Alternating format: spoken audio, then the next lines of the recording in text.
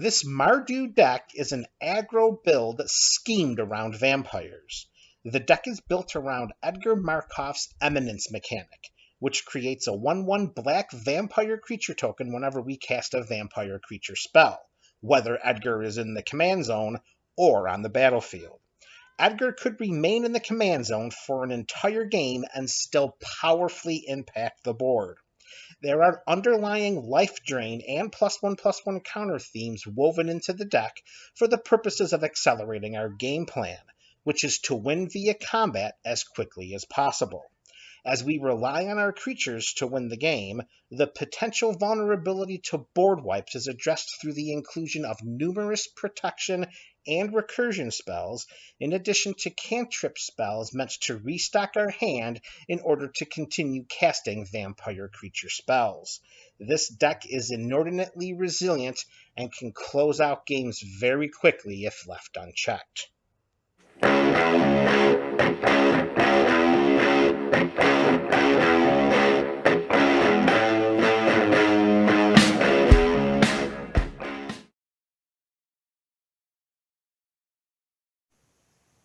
Hello and welcome to MTG Burgeoning, your channel for all things Magic.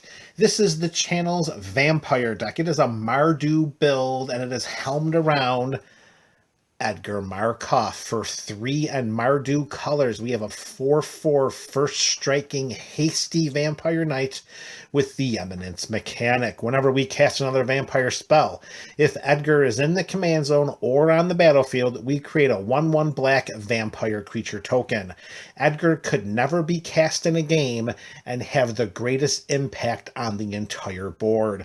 That makes Edgar an extremely powerful and dangerous general. Also, whenever Edgar attacks, we put a +1/+1 counter on each vampire we control.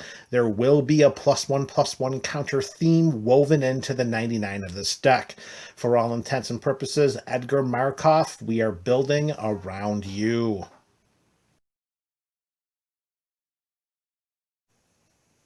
So let's meet and greet the vampires that are included in this deck. We're going to lead things off with Indulgent Aristocrat. It's a 1/1 vampire with lifelink for just a black mana. Tap 2, sacrifice a creature. We put a +1/+1 counter on each vampire we control. Already we're hitting on all cylinders with respect to the +1/+1 counter theme that will be rife throughout this deck. Number 2, we have Knight of the Ebon Legion. It is a 1/2 for 1 black mana. We can pay 2 and a black, and Knight of the Ebon Legion gets +3/+3 and gains Death Touch until end of turn. At the beginning of our end step, if a player lost 4 or more life this turn, we put a +1/+1 counter on this Vampire Knight. Next, we have Pulse Tracker. It's just a 1/1 for a black mana. However, it will trigger Edgar's Eminence ability, and whenever we turn it sideways in combat, each opponent will lose 1 life. Vampire of the Dire Moon is next, another CMC of 1 black mana. It's a 1/1 Death Touch with lifelink. Viscera Seer, black mana, 1/1, sacrifice a creature, scry 1, one of the best sacrifice outlets in the format. Vicious Conquistador will round out our 1-drops. It's a 1/2, and whenever it attacks, very similar to Pulse Tracker, each opponent will lose 1 life. Vicious Conquistador comes with a bigger toughness than the Pulse Tracker. All right, transitioning from mana value of 1 to mana value of 2, we have Blood Artist, a 0/1, and whenever it or another creature dies, we can have target player lose 1 life and we gain 1 life. Addition to the +1/+1 counter theme, there's also going to be a life drain theme incorporated into this deck. Next, we have Cordial Vampire, 2 black mana for a 1/1. Whenever he or another creature dies, put a +1/+1 counter on each vampire we control. Pay attention to that text because it says whenever another creature dies. It does not have to be a vampire. It does not have to be a non-token creature. Any one of our creatures that hits the yard is going to put a +1/+1 counter on every vampire we control. Next, we have the Gatekeeper of Malakir, 2 black mana for a 2/2 with Kicker. We may pay an additional black mana as we cast the spell. If we do, when it ETBs, if we kick it, target player will sacrifice a creature. This will help us to get rid of any potential creatures that may have indestructibility, protection, shroud, hexproof. Gatekeeper of Malakir is a sneaky removal spell that's located in the creature pool of this deck.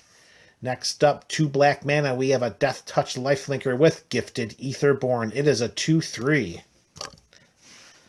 Staying on theme with a mana value of 2, we have Legion Lieutenant, a white and a black, 2/2. Other vampires we control get +1/+1.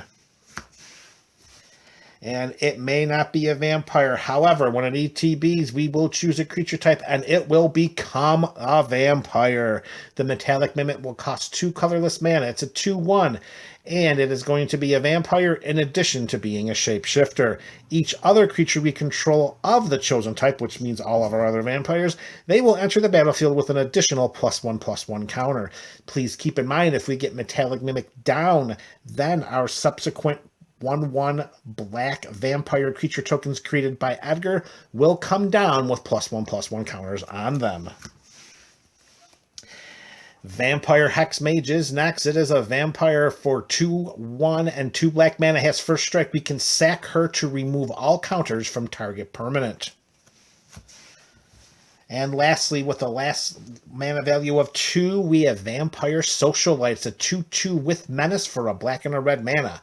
When Vampire Socialite enters the battlefield, if an opponent lost life this turn, we put a +1/+1 counter on each other vampire we control.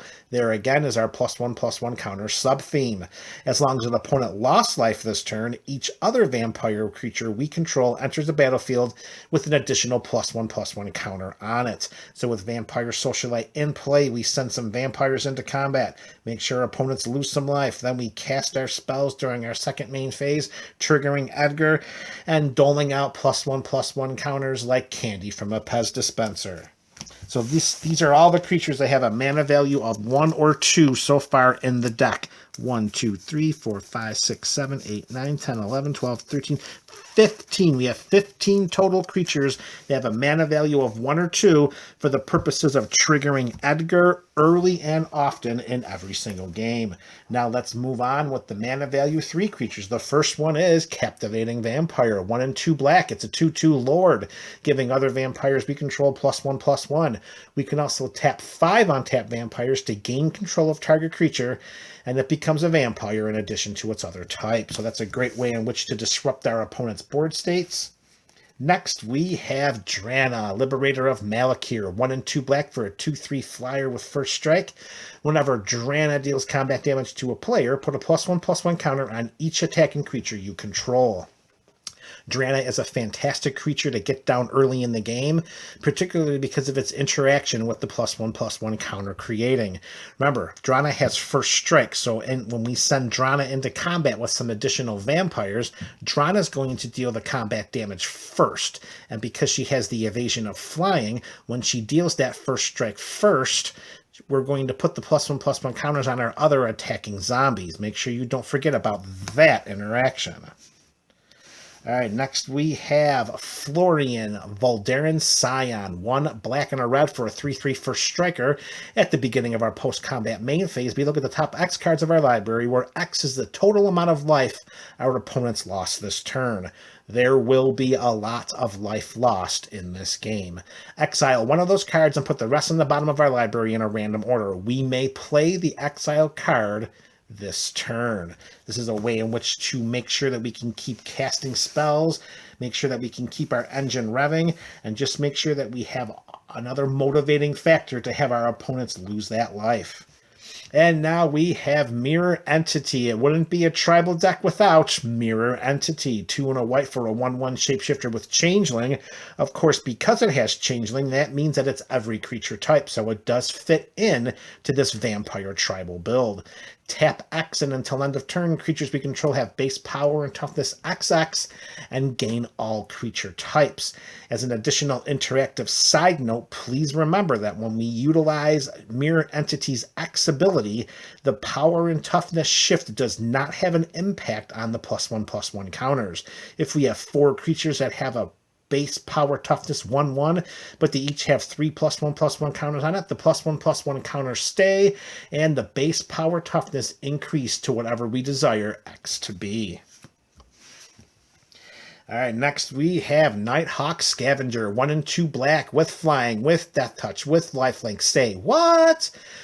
Holy mackerel, 3 amazing keywords for 3 mana. Okay, Nighthawk Scavenger's power is equal to 1 plus the number of card types among cards in our opponent's graveyards. So it's 1 plus star with a toughness of 3. Next we have Rockish Air, a 2/2 vampire for 2 and a red. Whenever a vampire we control deals combat damage to a player, we put a +1/+1 counter on it. Again, the +1/+1 counter theme rears its attractive head. Stromkirk Captain is the next vampire to include. It is one of our vampire lords. It's a 2/2 first striker for 1, a black and a red, and other vampire creatures we control get +1/+1 and have first strike. Next we have Vampire Nighthawk, the original, 1 and 2 black for a 2/3 flying, death touching lifelinker. We were talking about life drain synergies earlier in this video. Well, meet Vito, Thorn of the Dusk Rose, 2 and a black. It's a 1/3, and whenever we gain life, target opponent loses that much life. We can pay 3 and 2 black mana and give creatures we control lifelink until end of turn. Vito we can consider an alternate win condition. And the last creature with a mana value of 3 in this deck tech is Yahenni, Undying Partisan. It's a 2/2 with haste for 2 and a black mana. Whenever a creature an opponent controls dies, put a +1/+1 counter on Yahenni. Notice the text, it says whenever a creature, it does not have to be a non-token creature. We can sacrifice another creature and Yahenni gains indestructible until end of turn. It's going to be inordinately difficult for our opponents to get rid of Yahenni outside of an exile or sacrifice effect, or perhaps a bounce effect. So with our 15 1 and 2 mana value creatures, we're adding 1, 2, 3, 4, 5, 6, 7, 8, 9, 10. 10 creatures with a mana value of 3. So for all of our mathematicians out there with the MTG BC, that is the MTG Burgeoning community, we have 25 vampires with a mana value of 3 or less. The goal of this deck, as you can tell, we want to cast vampire creatures early. We want to cast them often. We want to trigger Edgar. We want to create the tokens. We want to swing for combat with +1/+1 counters. We want to drain life and win the game. Moving to CMC of 4, we're going to begin with Bloodline Keeper, 2 and 2 black for a 3/3 flyer. We can turn Bloodline Keeper sideways to create a 2/2 black vampire creature token with flying. We can tap a black mana. We can transform Bloodline Keeper, but we can only do this if we control 5 or more vampires. That should not be a problem. When we transform Bloodline Keeper, it transforms into Lord of Lineage, a 5/5 flyer that gives other vampire creatures we control +2/+2. We can also tap Lord of Lineage to create a 2/2 black vampire creature token with flying. Lord of Lineage can definitely act as one of our win conditions, particularly if our opponents do not interact with it. It's only going to lead to their imminent demise.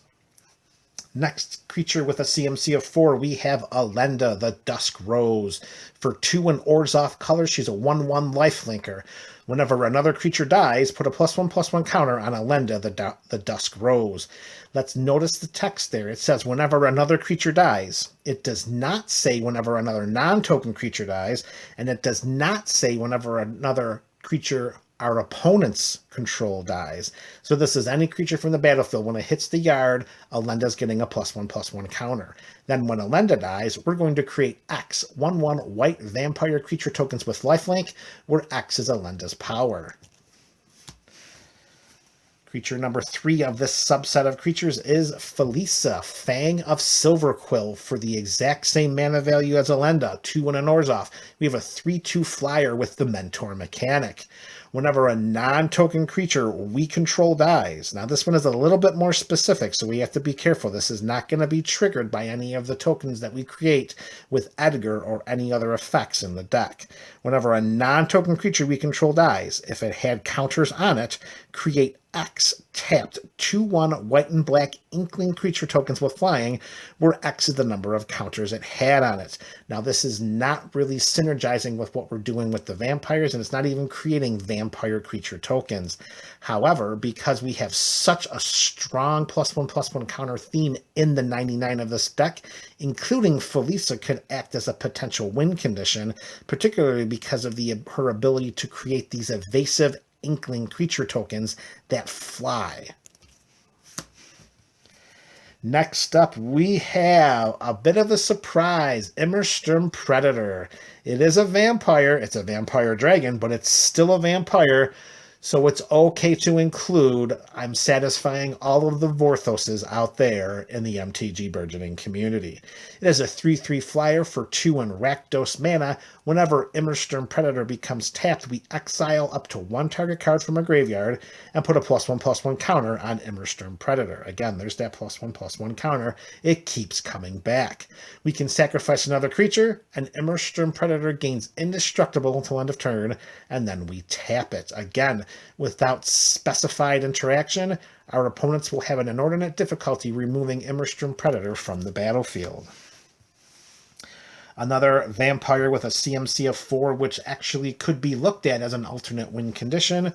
We have Sanctum Seeker, 2 and 2 black for a 3/4. Whenever a vampire we control attacks, each opponent loses 1 life and we gain 1 life. We talked about the interplay of having a life drain effect included in the 99 of this deck, and Sanctum Seeker really solidifies that because it triggers each time one of our vampires attacks, which is our primary mode of victory. Also, notice the text. It says whenever a vampire. It doesn't necessarily mean whenever 1 or more vampires attacks. It's each vampire that attacks is going to trigger Sanctum Seeker. Send 5 vampires into combat. Each opponent's losing 5 life, and we're gaining 5 life. Next up is Twilight Prophet, 2 and 2 black for a 2/4 flyer with the Ascend mechanic. Ascend, of course, is if we control 10 or more permanents, we get the City's Blessing for the rest of the game. As of this moment, you can't take away an emblem, so Twilight Prophet's Ascend mechanic is going to really bump up the beneficial abilities that he has in the wall of text underneath describing what Ascend is.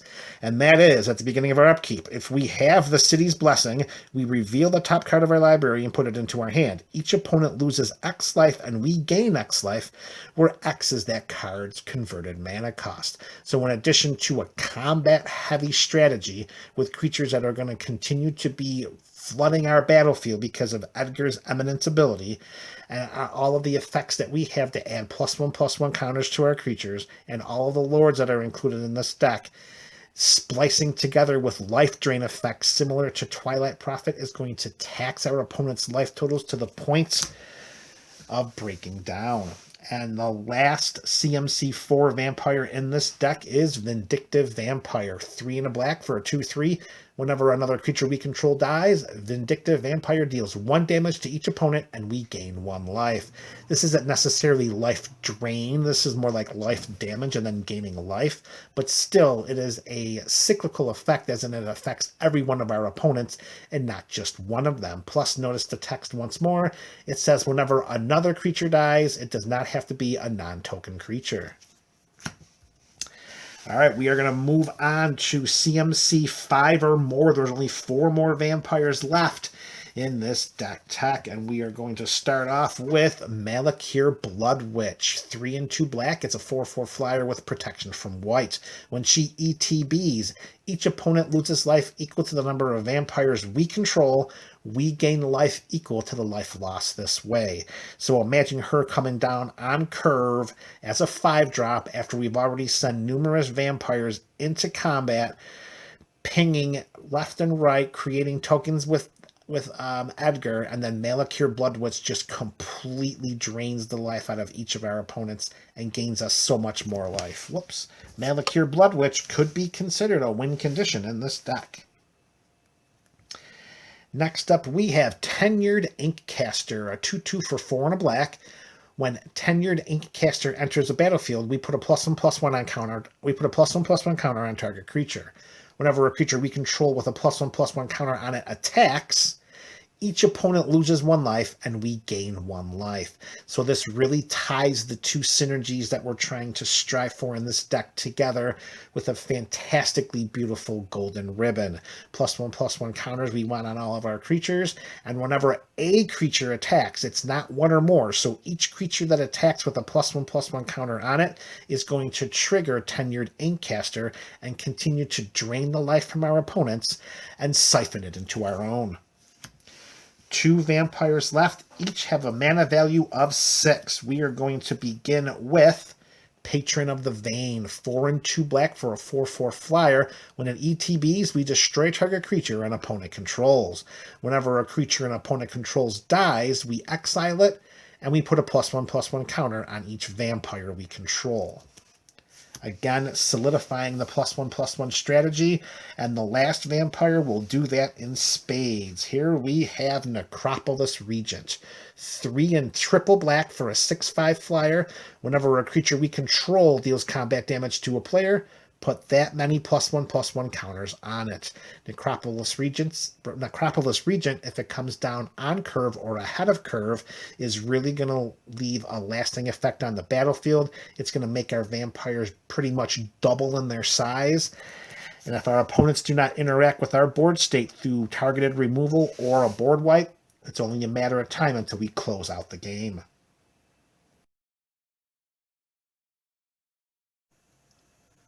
The next group of cards is vitally important, as they are going to be spells and effects that help keep our hands filled with vampire creature spells in order to trigger Edgar's Eminence mechanic so that we continue to fill the board with vampire creature spells. So to begin, we're going to talk about Skull Clamp. Now I'm going to start off right by acknowledging the fact that because we have such a strong +1/+1 counter theme woven into the 99 of this build, it's very unlikely that we'll be able to pay 1 to equip this to a creature and have it die immediately. However, as we've already seen when we reviewed the different vampires that are included in this deck, we have some built-in sacrifice effects included with Viscera Seer and Indulgent Aristocrat. However, still having the Skull Clamp is going to be important because we will be able to benefit from drawing 2 cards if that equipped creature does die. Another potential sacrifice effect is Diabolic Intent. 1 and a black, as an additional cost to cast this spell, we sacrifice a creature. So perhaps one of our tokens is equipped by Skull Clamp, and then we pay 2 Demonic Tutor-like mana, sacrifice that, we draw 2 cards, and then we search our library for a card and put it into our hand. Next spell up is Plumb the Forbidden. 1 and a black at instant speed. As an additional cost to cast this spell, we may sacrifice 1 or more creatures. When we do, we copy the spell for each creature sacrificed this way. We draw a card and we lose 1 life.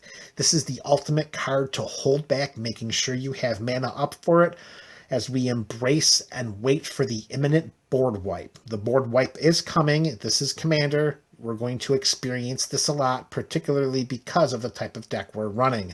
We'll hold back Plumb the Forbidden, and when that board wipe hits, we're going to cast it, and we're going to refill our hand and get the battlefield flooded with vampires once more. At sorcery speed, we have Painful Truths with 2 and 2 black, but it has the Converge mechanic, which means we're going to draw X cards and lose X life, where X is the number of colors of mana spent to cast Painful Truths. Hopefully, we will use white, black, and red so that we can pay 3, draw 3, and lose 3 life. Next, with another sorcery, we have Read the Bones, 2 and 2 black, scry 2, draw 2 cards, lose 2 life. Next, we have Phyrexian Arena, 1 and 2 black. At the beginning of our upkeep, we draw a card and we lose 1 life. And lastly, for our card advantage, we have Necropotence, triple black.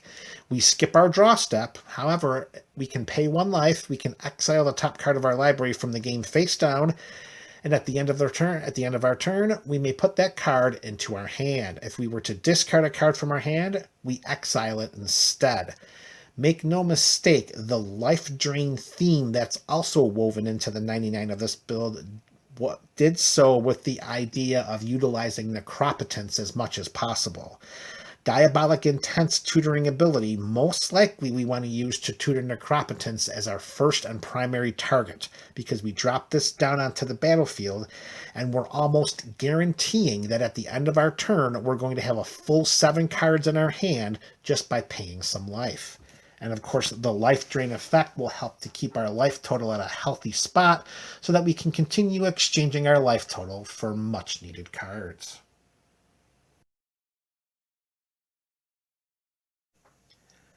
All right, next up, we're going to talk about our removal and disruption spells. We're going to need to interact with our opponents as a way in which to keep the battlefield clear of threats to our vampires, in addition to threats on our life totals. So let's start with a couple of 1 white mana spells that are just synonymous with whites. We're going to start with Swords to Plowshares. Instant speed, exile target creature.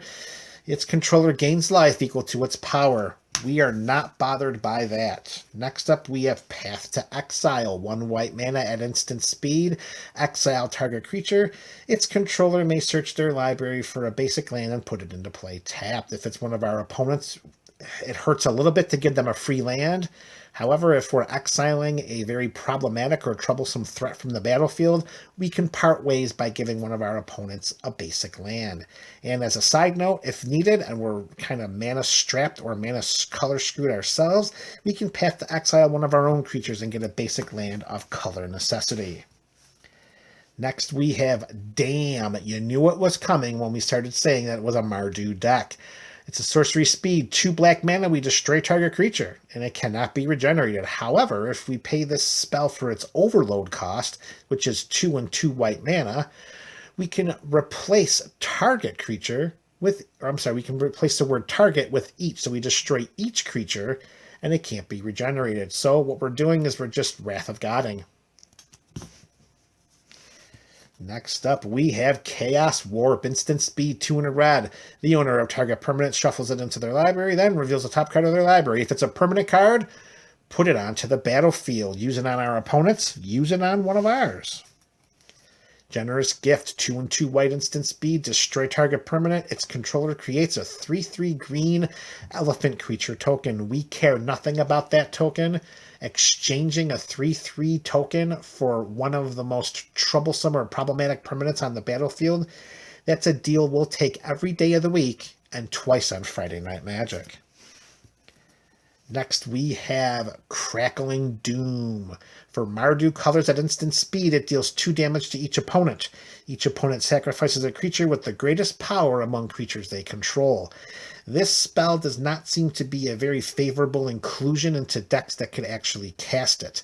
Maybe this is more of a meta-specific concern, as there are many Voltron decks in my playgroup, so including Crackling Doom is a way in which to get rid of those Voltron commanders without being able to target them because of all of the protection. Next, we have Vindicate. This is sorcery speed. However, for 1 and Orzhov, we simply destroy target permanent. Just like that, we drop down 3 mana, we pick out a permanent, and it gets destroyed. Next, spell up, we're moving to an enchantment, and we're going to play with Grave Pact for 1 and triple black. Come on, camera, get in the game. There we go. For 1 and triple black, whenever a creature we control dies, each other player sacrifices a creature. Having so many expendable token vampire creatures will make it a lot easier to send them off into combat, hoping that perhaps our opponents will block them so that they go to the graveyard and then each of our opponents end up sacrificing a creature. Next, we have Return to Dust, 2 and 2 whites. If it's cast during our main phase, we exile up to 2 target artifacts or enchantments. If it's not cast during our main phase, we pick one or the other, 1 artifact or 1 enchantment. Either way, it's getting exiled. And our last removal disruption spell for this deck tech is Living Death, 3 and 2 black. Each player exiles all creature cards from their graveyard. then sacrifices all creatures they control. We put all the cards we exiled this way onto the battlefield. Of course, there is some caution that must be noted when casting or preparing to cast this spell.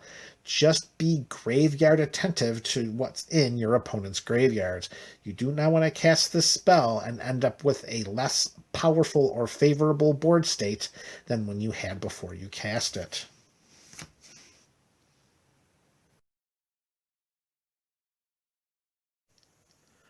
Our next group of spells are referred to as our miscellaneous spells. These are the spells that are going to help us to strengthen the synergies in our deck and help to enhance what we're doing for the purposes of controlling the board, whittling down our opponent's life totals, and pretty much carrying us to victory. And the first such card we're going to discuss is Blind Obedience, an enchantment for 1 and a white. Artifacts and creatures our opponents control enter the battlefield tapped. So this is going to slow down our opponent's creatures. This is going to slow down our opponent's mana rocks. Additionally, this card has the Extort mechanic, which again just helps to further solidify our life drain theme. Extort, of course, is whenever you cast a spell, we may pay a white or black mana, and if we do, each opponent loses 1 life, and we gain that much life. Next up, we have Boros Charm. Red and a white at instant speed. It deals 4 damage to target player, or permanents we control are indestructible this turn, or target creature gains double strike until end of turn. For the purposes of this deck, more often than not, we are probably selecting the middle mode. We want to give permanents we control indestructible as a way in which to preserve our army from imminent board wipes.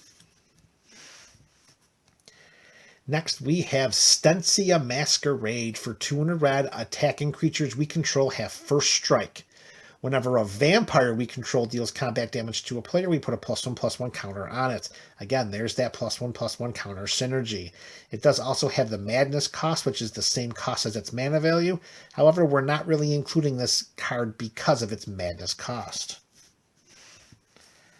Next, going back to protection, we are including a copy of Teferi's Protection. Instant speed, 2 and a white until our next turn. Our life total can't change, and we have protection from everything. All permanents you control phase out, and then we exile Teferi's Protection.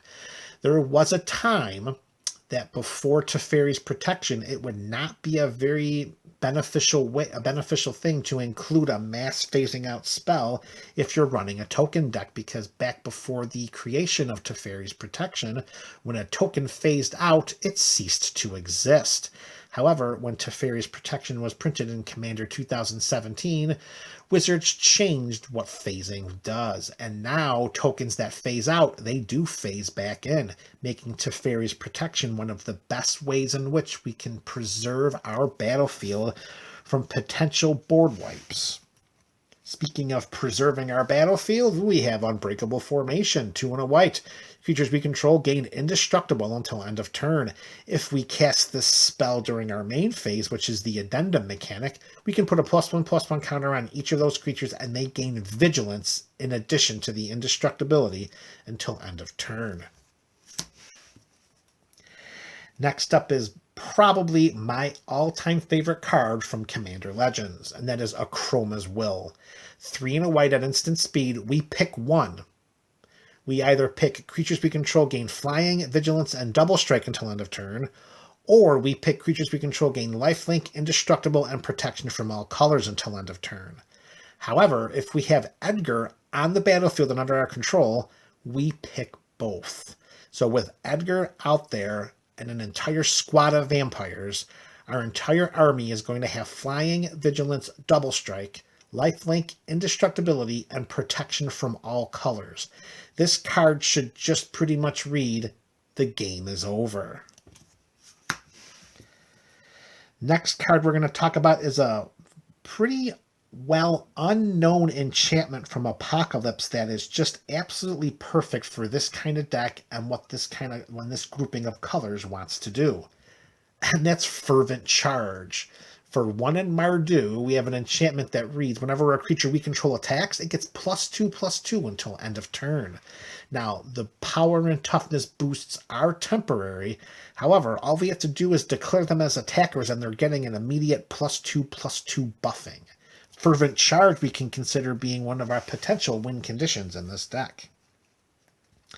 The +1/+1 counter theme returns when we start talking about Cathar's Crusade, an enchantment for 3 and 2 white. Whenever a creature enters a battlefield under our control, put a +1/+1 counter on each creature we control. And believe me, once we start casting vampires and creating vampire creature tokens due to Edgar Markov's Eminence mechanic, the +1/+1 counters are going to come quick, they're going to come fast, and we're going to end up closing out that game very, very quickly if we have Cathar's Crusade under our control. And the last miscellaneous spell we're going to talk about today is Patriarch's Bidding. 3 in double black. Each player chooses a creature type, then each player returns all creature cards of a type chosen this way from their graveyard to play. We are expecting board wipes. We are anticipating board wipes. We are preparing to return those creatures that have been board wiped from our graveyard right back onto the battlefield.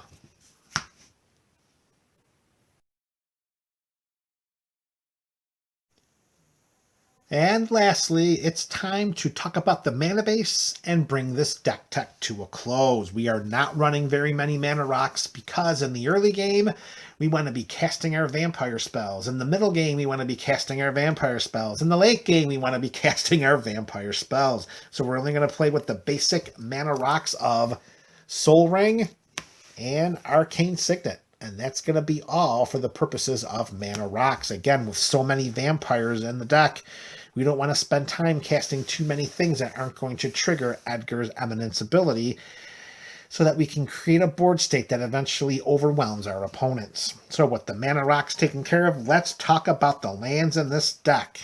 We are running heavy black, as you can tell so far from all of the spells that we've showcased during this deck tech video.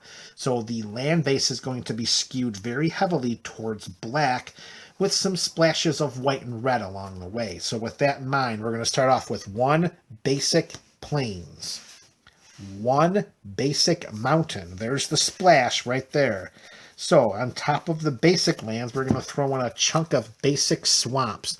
1, 2, 3, 4, 5, 6, 7, 8, 9, 10 basic swamps to go with our basic plains and basic mountains. So we have 12 total basic lands, 1 dozen basic lands. The rest all coming up are going to be all non-basic. And like I said, you're going to notice a trend of all of the lands swerving towards a black influence. First, we have Castle Lochthwain. It's going to enter the battlefield tapped unless we control a swamp. We can tap it for a swamp, but we can also pay 1 and 2 black, tap it, and draw a card, and then lose life equal to the number of cards in our hand. This calls back to the subsection of the video where we were talking about the importance of keeping cards in our hand. The more cards that we can get into our hand, the more spells we can cast that can trigger Edgar, the better chances we have of winning the game. All right, next we are going to play with the full complement of Shocklands. So that's going to be the Blood Crypt, that's going to be the Godless Shrine, and that's going to be Sacred Foundry. All 3 Shocklands are included in this deck.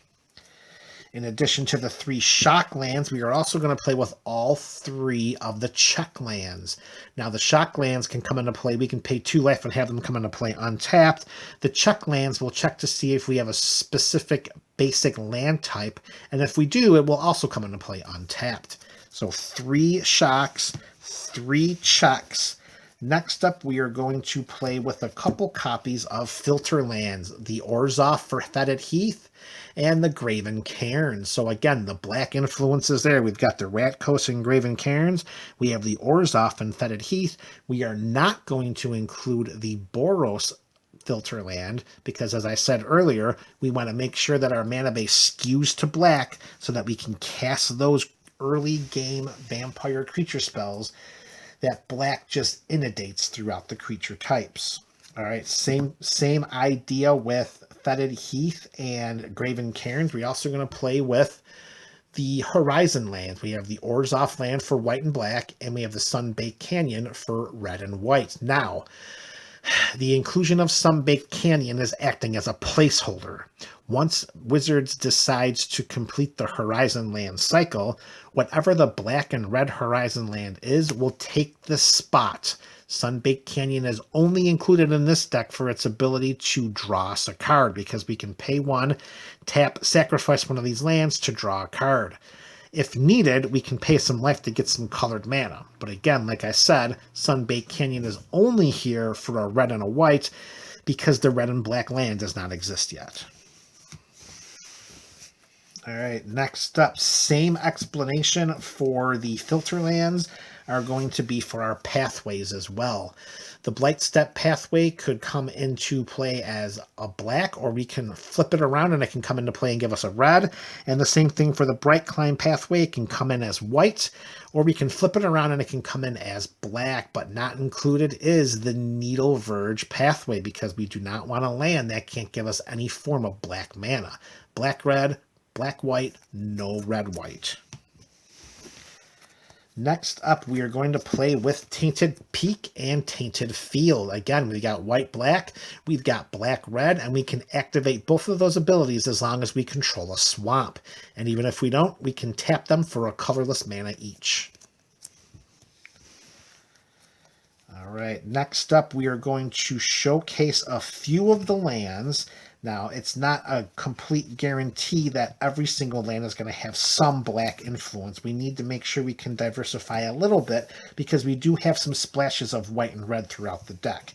With that in mind, we're going to play with a Pain land, which is Battlefield Forge. Hopefully, we'll never have to pay the 1 life to get the red or white mana, and we can just tap this to add the colorless. However, if we're mana strapped or we're color mana screwed, we can pay that life to get the red and white we need to cast some of the spells that have that mana type. Additionally, we're going to throw in a copy of Spectator Seating. This is our Boros fan land. It's going to come into play untapped as long as we control 2 or more opponents. Everything that was said about Battlefield Forge kind of applies to Spectator Seating, except as long as the table is full of opponents, that's going to come down and we can use it immediately. All right, and ways in which to help fix the mana base, smooth it out, and make sure that everything we're doing is color available and color ready. We're going to play with a trio of fetch lands. We're going to play with the Arid Mesa, which will fetch us a mountain or plains card. We're going to play with a Marsh Flats, which will fetch us a plains or a swamp card. And we're going to play with Prismatic Vista, which we can fetch for any one of the basic lands. Again, we have 1 basic plains, 1 basic mountain, 10 basic swamps. So more often than not, if we're getting the heavy black mana that we already see here, that we need to cast the majority of the spells in this deck, then we can consider these fetch lands are going to be utilized to pull one of the lands to help smooth out the lack of white and red. 3 fetch lands going in. And lastly, to complete this deck tech, the last 4 lands to bring us up to a total of a 99 card deck with our commander Edgar Markov up there right in the middle of your screen at the top side. We got 4 lands that are going to give us 1 mana of any color in most circumstances. The first is going to be the best land in our format, and that is going to be Command Tower. It's going to tap for a red, it's going to tap for a white, or it's going to tap for a black. Next up, we have Mana Confluence. It's going to do everything that Command Tower does, but it's going to cost us 1 life each time we activate it. And we have Path of Ancestry. Now, this is going to come into play tapped, which generally I tend to stray away from lands that enter the battlefield tapped. However, if the upside is high enough, then we can definitely make a case to include it, even though it does have that limitation. And for Path of Ancestry, for the purposes of this deck, we can definitely get over that hump of a restriction, because we can tap this to add 1 mana to our mana pool of any color in our commander's color identity, which means we can turn this sideways for a white, a black, or a red. And when we use that to cast one of the many, many creature spells that we have in that deck that are going to be vampires, I'm sorry, I said that wrong. Whenever we use that mana to cast a creature spell that shares a creature type with our commander, which are all vampires, we're going to scry 1. Scrying 1 will help us to filter the top of our deck so that we can get to the cards that we need the most to keep our vampire creature token engine revving at warp speed. And lastly, card number 99 in the 99 is going to be one copy of Unclaimed Territory. When it comes into play, we are going to pick vampires. We're going to tap this for a colorless mana, or we're going to tap this to add 1 mana of any color to our mana pool that we can only use to cast creature spells of the chosen type. So for the purposes of clarity, we're going to use the colorless mana that this produces to cast all non-creature spells, and then we're going to tap this to help fix our mana to cast any of the creature spells that we have in the deck. And there you have it, MTG Burgeoning Community. This is the channel's Edgar Markov Mardu Vampire deck. Let me know your thoughts in the comments section below. This is MTG Burgeoning, your channel for all things magic.